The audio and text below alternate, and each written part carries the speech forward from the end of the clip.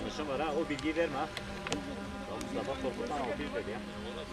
Li bajarê Amedê çinîna genim û nîsk dest pê kir. Cotyar li ser erdên xwe bi bîçeran danê geniman diçînin. Waliyê bajarê Amedê jî serdana cotyaran kir û ragihand.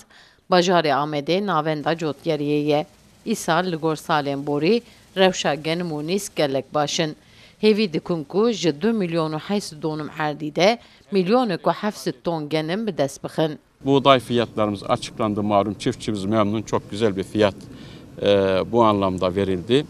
Bu da çok. Herema Bakurê Tirkiye ji aliyê cotyariyê ve gelek giring e. Axawî jî ji bunî çandiniya zîraetê dewlemend e. Bi taybet jî nîsk û genim li bajarê Amedê û derdorê wî gelek tên çandin. Îsal rewşa hewayê jî li ser zewiyan bi erenî bandor kir û rûyê cotyaran kenand.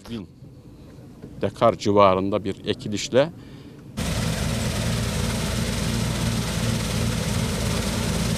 Cotyarên ku genim ajotu bûn li aliyekê bi bîçer û patozan geniman ji zîlên wan cuda dikin, li aliyekê jî ji bo heywanên xwe bi balya ka û kaşula amade dikin. Cotyar amacê pê dikin ku îsal şilî di wexta xwe de bariyaye. Baran û berf axê têr kiriye. Dan û zêwî jî li gor salên borî îsal gelek bejin avêtine. Dane û guhên geniman jî tijebûne. Baran jî pir bû, bereket hebû, yani îsal baş e. Weka wan salê borî nebûn.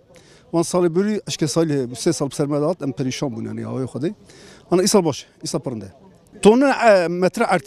Metre erd mesela bijin donuma erd dora 450 kilo dide. Yani genim a. Ca jî ser pêsê dîraye. Mevsim tam wextê xwe baranê xwe wextê wî datin, berfî wextê wî datin, germî wextê wî datin ji ber wî verim pirindin. Nêzîkî 500-600 kilo dide. îsal rinde. Fiyatê genim rinde. Rinde ki ofîs sıkıntı derdixe ku randevûyê tune ku san bibe malê xwe firoşe. Ji ber wî ya sıkıntiyê dikişînin.